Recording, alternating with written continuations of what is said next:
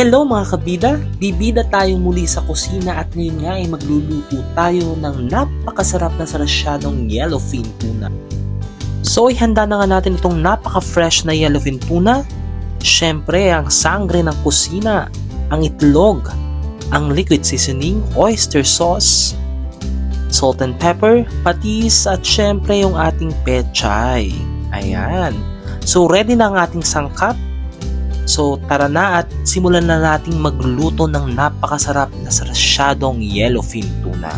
So isa lang na natin ang ating kawa, lagyan ng mantika at syempre uunahin nga nating iprito muna ang ating mga ginayat-gayat o hiniwa-hiwang yellowfin tuna.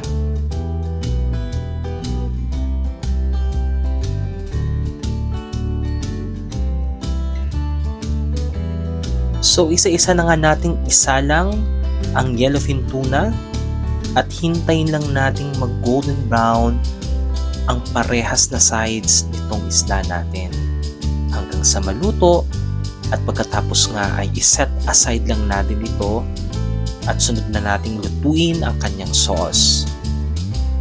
Madaming bersyon ng pagluluto ng klase ng putahing ito, subalit itong aking ipapakita sa inyo ay siyang aking natutunan o siyang aking nakasanayan dito sa aming tahanan. Napakamura nga pala naming nabili itong isdang ito dahil ito ay galing pa sa Kadiwa Market sa may Dasmariñas, Cavite. At next time nga ay ipapakita rin namin sa inyo kung ano ba ang inyong mabibili dito sa may Kadiwa, Dasmariñas, Cavite. Sa next vlog po natin yan. So ngayon nga ay ating ibinalik na o binaliktad na ang isda. At ayan ay unti-unti na nga nating hinahango sa kawa o sa kawali ang mga isda. So ayan, natapos na at iset aside muna natin panandalian ang mga nalutong isda. Isunod na nating lutuin ang sauce ng sarasyadong isda. At syempre, isa lang na natin ng panibagong kawa o kawali sa ating kalan. At ngayon nga ay lagyan na natin ng mantika. Matapos nito, kapag uminit na, ay isahog na natin ang ating bawang. At isinut na ang sibuyas. At hintayin lang natin mag-caramelize ang sibuyas. Ngayon nga isahog naman natin ang ating luya.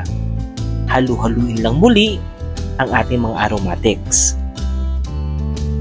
At kung nafe-feel nyo na okay naman na ang ating mga sibuyas, bawang at luya, ay isahog na natin ang pangpakinis ng kutis, ang ating kamatis. Ayan. So halu-haluin lang natin ulit ito hanggang sa medyo lumabas na yung katas ng ating napakasarap at napakalinamnam na kamatis.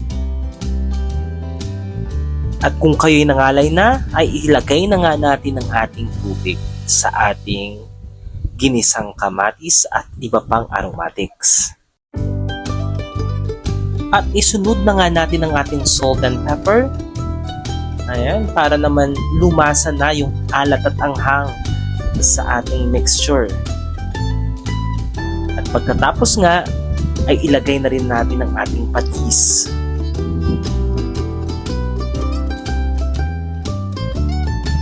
At isunod din naman agad ang ating oyster sauce na pampalinamnam ng ating mga lutuin. Haluin lang at takpan hanggang sa kumulo. Maghintay tayo ng mga 10 minuto at makikita naman natin na nagkukuluan na nga ang ating mga sahog at syempre ilagay na natin ang ating liquid seasoning. Baka naman at takpan muli. Matapos ang ilang saglit ay kumukulo na nga at ilagay na natin ang ating bell pepper. Optional lang naman ito mga kabida. At pwede nyo rin namang gawin itong aking technique sa pagluluto ng putahing ito dahil pinipirad kong bahagya ang mga kamatis para mas lumasa at lumabas ang katas nito. At habang pinapakuluan natin ng sauce, ay mag-crack at magbati tayo ng itlog sa isang bowl. Lagyan ng pampalasa at maya-maya lamang ilagay din natin ito sa ating lutuin. At ang itlog nga ay isa sa mga main ingredient nitong ating sarasyadong isda. Makalipas ang ilang sandali, ay ilagay na natin ang ating pritong isda sa ating sauce. Haluin ng bahagya at atin munang takpan. Makalipas ang 1 minuto ay halo na rin natin ang ating pechay. Napakaraming pechay ang aming inilagay dito dahil favorite namin talaga ang gulay na ito. Optional rin lang naman ang paglalagay ng gulay sa sarsyadong isda. Pero kami ay gusto namin lagyan ito ng pechay at kung minsan ay repolyo. Takpan at hintaying maluto ang ating gulay. Pagkatapos nga nito ay isusunod na nating ilagay ang ating binating itlog sa isang bowl. Dapat lamang nalagyan nyo rin ito ng pampalasa dahil magbibigay ito ng additional flavor sa ating lutuin. So habang kumukulo nga itong ating isda at ang ating pechay, ay isusunod na nating ilagay, syempre, ang huling sangkap, ang ating itlog. Pakuluin hanggang maluto ang itlog. At heto na, luto na ang ating sarsyadong yellowfin tuna.